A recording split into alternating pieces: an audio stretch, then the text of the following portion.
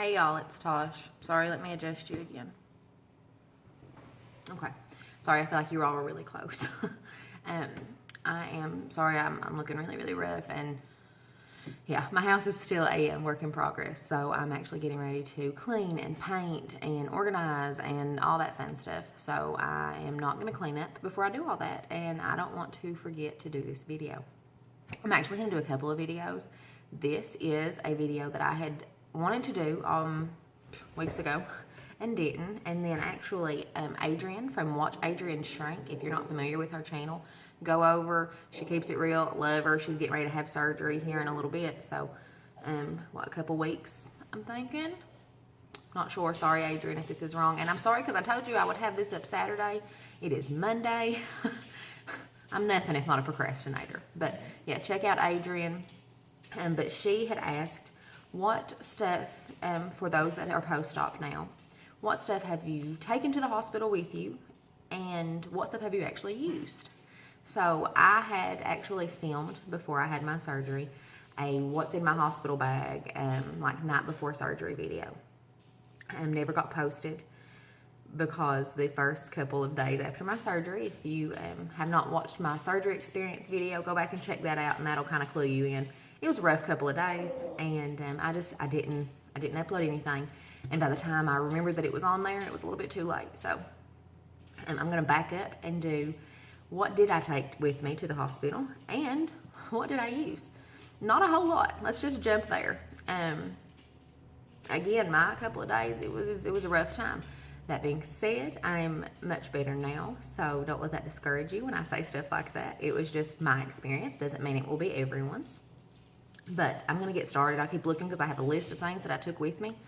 And I will tell you what I used, what I didn't, what I wished I would have had, anything like that. If you have any questions, anything I don't go over, let me know down below.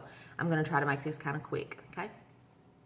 Okay, first thing, clothes, obviously. I wore very comfortable clothes because I knew I would only have them on for like 30 minutes before they made me strip into my gown. I ended up taking, I think, 2 very, very loose, comfortable outfits. Don't take no heels, jeans, like, you know, fancy little shirts. I mean, you might can do that.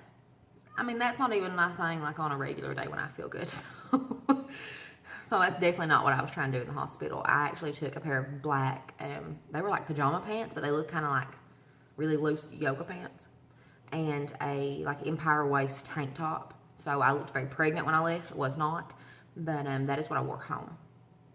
It was just really loose, comfortable, something that's not going to be touching my stomach. I took pajamas, which I did not use. I took another outfit, which I did not use. Yeah, I stayed in my gown, and I work at the hospital. I love seeing people, like, as soon as they're able to change clothes, because it makes them look like they are normal again. It makes them look like they feel better.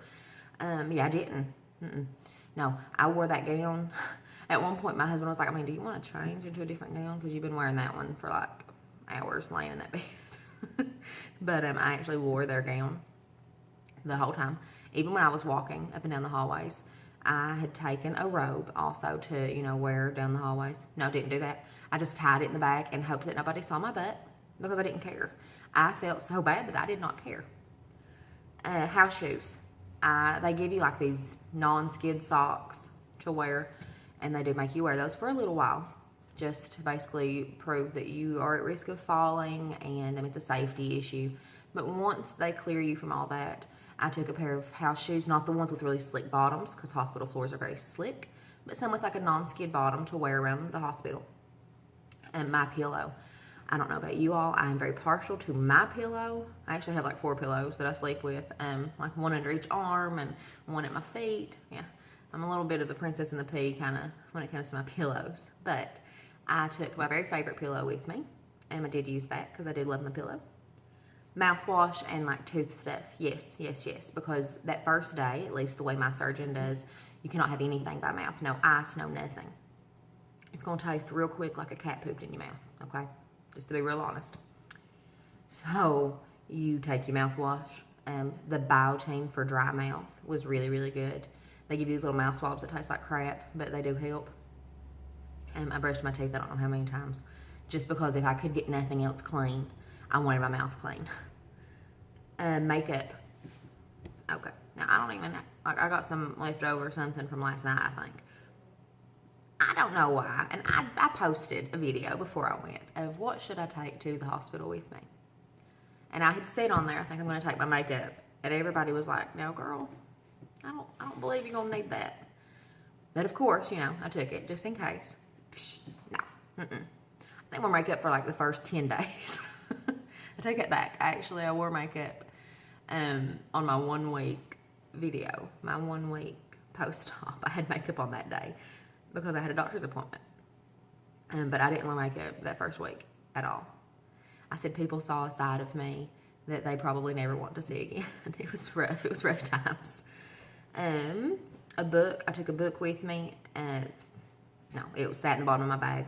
Had I felt better, it would have definitely come in handy. But I had a hard time with the anesthesia, and I was very in and out. So I was never alert and awake enough to really read anything. I did take my Kindle with me.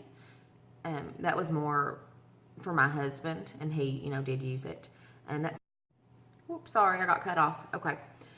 Whoever your support person is that you are going to have at the hospital with you, definitely think of them when you are packing some of your stuff. I did take some snacks and some stuff for my husband to have, a Kindle, and so if he wanted to watch Netflix, whatever, he didn't have to do it on his phone. You know, clothes for them, whatever, if it's your husband, your friend, one of your children. If it's somebody that can obviously pack for themselves, that's different. But my husband, like, he packed for himself. He'd pack like 5 pairs of socks and like an outfit and I don't know, like a phone charger. Speaking of phone chargers, that's a big one. Definitely take your phone chargers. I did not really get on my phone the first day at all. I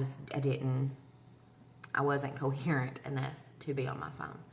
But the next day, definitely. And something about being in a hospital will suck your battery out. A heating pad. I did take a heating pad to help with gas. They would not let me use it. It was against the hospital policy to have a heating pad. I mean, I used it. I'm not going to lie. I did. I snuck and used it. But wasn't supposed to. So if you do take that, don't let that be common knowledge. I also took gas X strips. A lot of people say to take those. Do not tell people that you have those. They will take them away from you. I knew that from the start, that they do not want you to have that. At least my surgeon does not, because they don't give you anything for gas in the hospital. They want you to walk, and get it out that way. And I tried that. Honestly, I tried. And I walked until I thought my legs would fall out from underneath me. And then I took the gas X strips.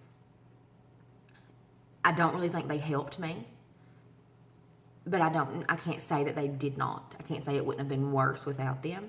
But it definitely was not like a relief kind of thing. It may have kept it from getting worse at one point.